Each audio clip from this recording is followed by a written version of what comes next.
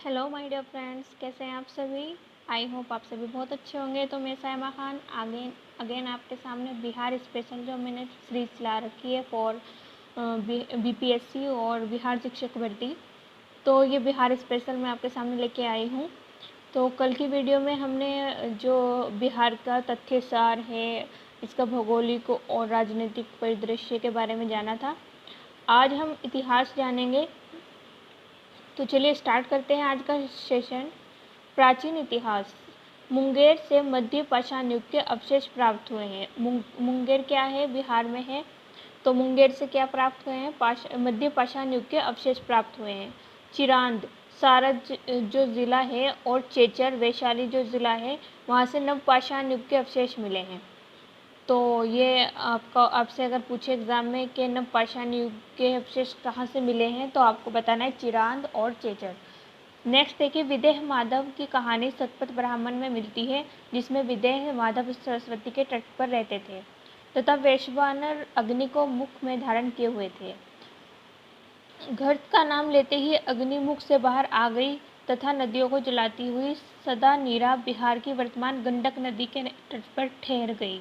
जो बिहार में वर्तमान गंडक नदी के नाम से जानी जाती है, उस नदी के तट पर ठहर गई। विदेह माधव आदि के पीछे पीछे अपने गुरु गौतम राहुगन के साथ यहाँ आ गए। अग्नि ने सदानीरा के पूर्व विदेह को निवास स्थान बनाया। सदानीरा नदी कौशल और विदेह की सीमा थी। अब देख लीजिए बौद्ध संगीतियाँ, आप सभी जानते हैं, इनके बारे में आपने पढ़ा होगा पहले भी। तो प्रथम कहाँ हुई थी, उसका स्थान, समय, अध्यक्ष और शासक आपको गिवन है।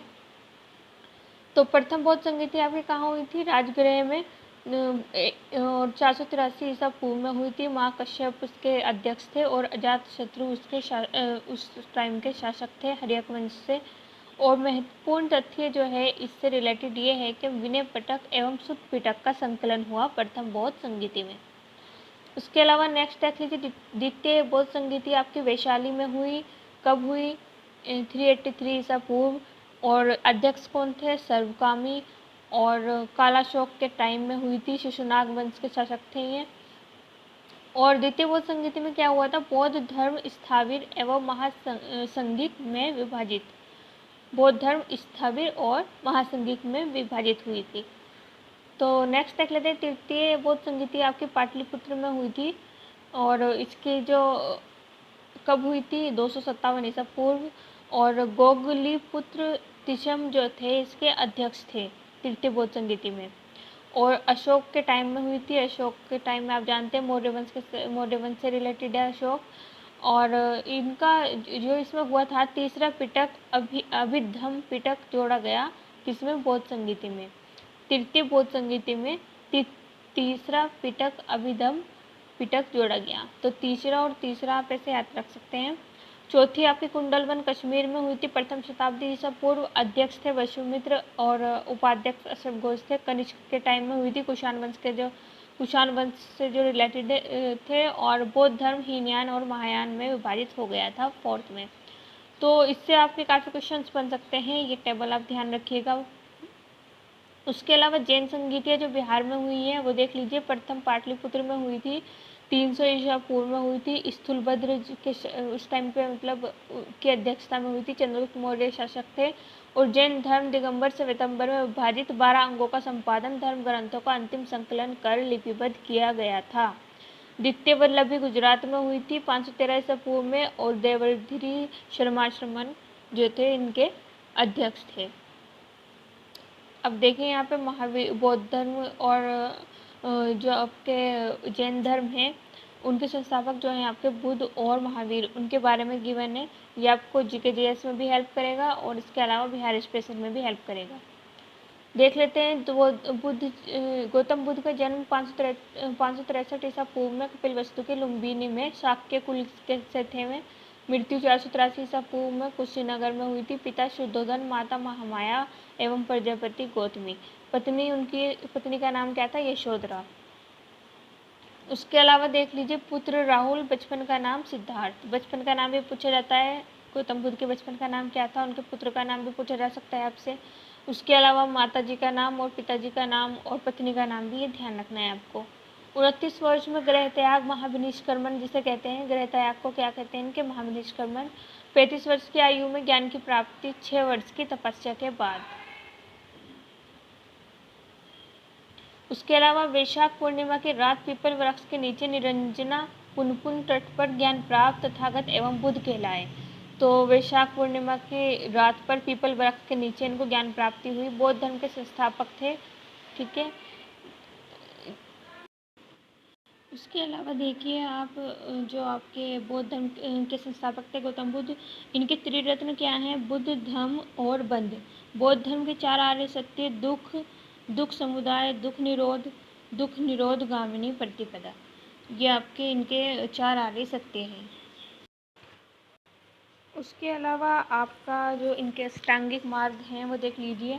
अष्टांगिक मार्ग मतलब 8 मार्ग, सम्यक दृष्टि, सम्यक संकल्प, सम्यक वाणी, सम्यक कर्मांत, सम्यक आजीव, सम्यक व्यायाम, सम्यक स्मृति और सम्यक समाधि, ये आपके अष्टांगिक मार्ग थे इनके। उसके अलावा ये प्रतीति समुत्पाद बुद्ध के उपदेशों का सार है। अब महावीर जी के बारे में देख लीजिए। आप सभी जानते हैं जैन धर्म से संबंधित हैं। 599 ईसा पूर्व वैशाली के निकट कुंदग्राम में इनका क्या हुआ था, जन्म हुआ था और मृत्यु 527 ईसा पूर्व पावापुरी में हुई थी। पिता इनके सिद्धार्थ, माता त्रिशला लिच्छवी राजकुमारी थी, पत्नी यशोदा। और अच्छा, इनकी पत्नियों में के नाम में बहुत ज़्यादा कन्फ्यूजन रहता है। इनकी पत्नी का नाम यशोदा है और जो गौतम बुद्ध हैं उनकी पत्नी का नाम क्या है आपका, देख लीजिए यहाँ पे यशोधरा है ना। तो ये चीज़ ध्यान रखिएगा। ये डिफरेंट पिता का माता का नाम बहुत ज़्यादा इंपॉर्टेंट है। 30 वर्ष में गृह त्याग, 42 वर्ष की आयु में केवल्य सर्वोच्च ज्ञान, 12 वर्ष की तपस्या के बाद। इनको 12 वर्ष की तपस्या के बाद ज्ञान की प्राप्ति हुई थी और गौतम बुद्ध जी को आपके 6 वर्ष के बाद ज्ञान की प्राप्ति हुई थी। जुम्भिक ग्राम के निकट ऋजुपालिका नदी के किनारे साल वृक्ष के नीचे। और उनको भी देखें निरंजना नदी के तट पर और पीपल वृक्ष के नीचे, ठीक है। तो ये डिफरेंट थोड़ा थोड़ा ध्यान रखिएगा, तभी आपका ये क्लियर हो पाएगा। और अभी तक जितने भी आपने एग्ज़ाम की प्रिपरेशन की होगी गौतम बुद्ध और ये महावीर जी के बारे में तो ज़रूर पढ़ाई होगा। आगे देख लीजिए। केवल्य प्राप्त होने के बाद केवलिन जिन विजेता अर्हत योग्य निरंगनत बंध रहित कहलाए। जैन धर्म के 24वें तीर्थंकर थे आपके महावीर स्वामी जी। जैन धर्म के त्रिरत्न देख लीजिए, सम्यक श्रद्धा, सम्यक ज्ञान, सम्यक आचरण। पंच महावर्त किस धर्म से संबंधित है ये पूछ लेता है बौद्ध धर्म या जैन धर्म ऑप्शन देके, तो आपको ध्यान रखना है पंच महावर्त आपके जैन धर्म से संबंधित है। सत्य, अहिंसा, अपरिग्रह, अचौर्य और ब्रह्मचर्य। उसके अलावा महावीर ने 5वां व्रत ब्रह्मचर्य दिया, जबकि शेष 4 व्रत पार्श्वनाथ द्वारा प्रतिपादित किए गए। इसके अलावा तीर्थ जो आपके 23वें तीर्थकर हैं या पहले तीर्थकर कौन थे ये भी पूछा जाता है। तो देखिए आगे, शैदवाद, अनेकांतवाद या सप्तभंगीन्य को ज्ञान की सापेक्षता का सिद्धांत कहा जाता है। अब आ जाइए मगध साम्राज्य का उत्कर्ष। तो यहाँ से मगध साम्राज्य स्टार्ट हो गया, देख लीजिए। पुराणों के अनुसार मगध पर शासन करने वाला पहला राजवंश बृहद्रथ वंश था, जरासंध वंश का था, जिसका विवरण महाभारत में भी मिलता है। अन्य साहित्यिक स्रोतों के अनुसार मगध का पहला राजवंश हर्यक वंश था, जिसकी स्थापना बिंबिसार ने कब की थी, 544 से 492 ईसा पूर्व में की थी। बिंबिसार ने कौशल की राजकुमारी कौशला देवी से विवाह किया, काशी को दहेज में प्राप्त किया था। तो बिंबिसार ने किससे विवाह किया था, कौशला देवी से, और काशी को दहेज के रूप में प्राप्त किया था। इसके अलावा उसने वैशाली की राजकुमारी चेलना से भी विवाह किया। बिंबिसार ने अंग नरेश बृहद्रथ को विजित कर अंग को मगध में मिला लिया। आगे देख लीजिए। अवंती के शासक चंद प्रगोत के साथ युद्ध हुआ। कालांतर में प्रगोत के इलाज के लिए अपने वेद जीवक को भेजा था। बिंबिसार महात्मा बुद्ध का अनुयायी था। तो बिंबिसार जी कौन थे, महात्मा बुद्ध के अनुयायी थे। बौद्ध ग्रंथों के अनुसार उसके पुत्र अजातशत्रु ने उसकी हत्या कर दी और मगध का शासनकाल 492 से 407 ईसा पूर्व बना। उसके अलावा आगे देख लीजिए क्या दिया है आपको। अजातशत्रु द्वारा बिंबिसार की हत्या से क्रोधित काशी नरेश प्रसेनजित ने मगध को से काशी वापस ले लिया। कालांतर में दोनों में युद्ध और संधि हो जाती है। उसके अलावा अजातशत्रु का काशी की राजकुमारी वजीरा से विवाह होता है। वह काशी पुनः प्राप्त हो जाती है। अजातशत्रु ने वज्र संघ पर आक्रमण कर लिच्छवी को मगध साम्राज्य में मिला लिया। अजातशत्रु ने अपने मंत्री बस्कार को महात्मा बुद्ध के पास गणराज्य को विजित करने के उपाय जानने के लिए भेजा था। तो ये जो पॉइंट्स हैं आप देख लीजिए। आप इसके अलावा इसमें जो इम्पोर्टेंट है मैं आपको बता देती हूँ।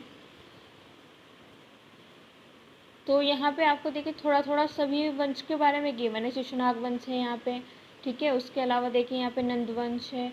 तो थोड़ा थोड़ा आपको इनके एक तो संस्थापक कौन है, अंतिम शासक कौन था, और अगर कुछ इम्पोर्टेंट इनके बीच में हुआ हो तो वो देख लेना है। ये पीडीएफ मैं आपको अपने टेलीग्राम चैनल पर दे दूँगी, और टेलीग्राम चैनल का लिंक मैं आपको इस वीडियो के डिस्क्रिप्शन में दे दूँगी।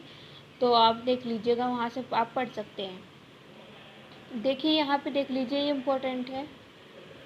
जेम्स प्रिंसेप ने 1834 से 37 के मध्य ब्राह्मी और खरोष्टी लिपि को अनुदित किया और प्रियदर्शी की पहचान अशोक से की। उसके अलावा ये देख लीजिए, व्यास नदी के तट पर सिकंदर की सेना आगे बढ़ने से इनकार कर देती है। व्यास नदी से ही नंद साम्राज्य की सीमा आरंभ होती है। उस समय नंद वंश का शासक घनानंद था और सिकंदर 19 महीने भारत में रहा। तो आज के लिए इतना ही। कल की वीडियो में हम चंद्रगुप्त मौर्य या मौर्य शासन पढ़ेंगे। तो आई होप आपको ये वीडियो पसंद आई होगी। आज के लिए इतना ही। Thank you so much.